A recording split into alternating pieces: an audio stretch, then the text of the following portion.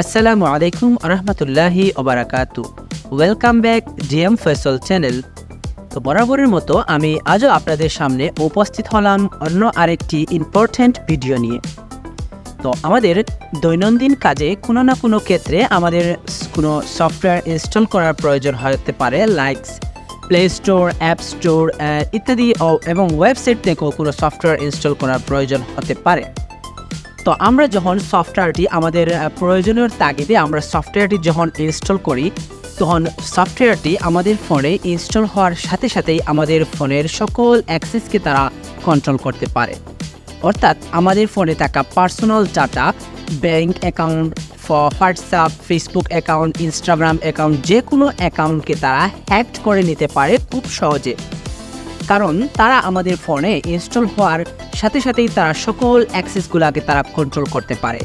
তো আজ আমি আপনাদের সামনে এমন একটি সেটিং নিয়ে আলোচনা করব, যেটি ডিসেবল করে দিলে তারা চাইলেও আমাদের ফোনকে অ্যাক্সেস করতে পারবে না এবং থার্ড পার্টিরা চাইলে আমাদের পার্সোনাল ডাটাকে কালেক্ট করতে পারবে না।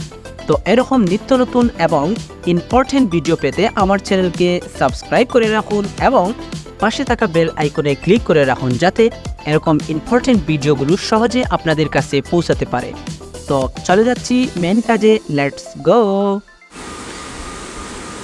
তো এই গুরুত্বপূর্ণ সেটিংটি অফ করে দেওয়ার জন্য আমাদের প্রথমে ফোনে থাকা যে জিমেইল আছে এটিতে ক্লিক করে দিতে হবে।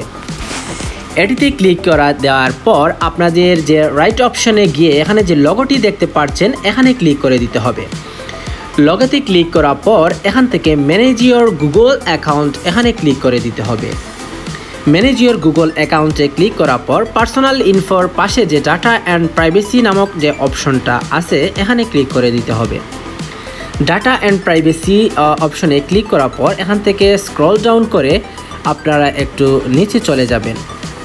এখান থেকে দেখতে পারবেন third party and apps and service, এখানে ক্লিক করে দিতে হবে। এখন আমরা দেখতে পারবো যে কোন কোন সফটওয়্যারটি আমাদের ফোনকে অ্যাক্সেস করছে।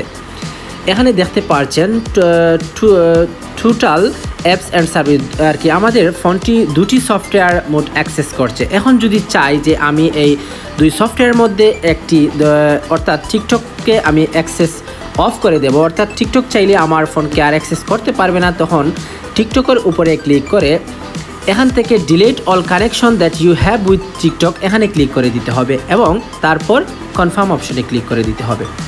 Well done. এখন টিকটক আমার ফোনকে আর অ্যাক্সেস করতে পারবে না।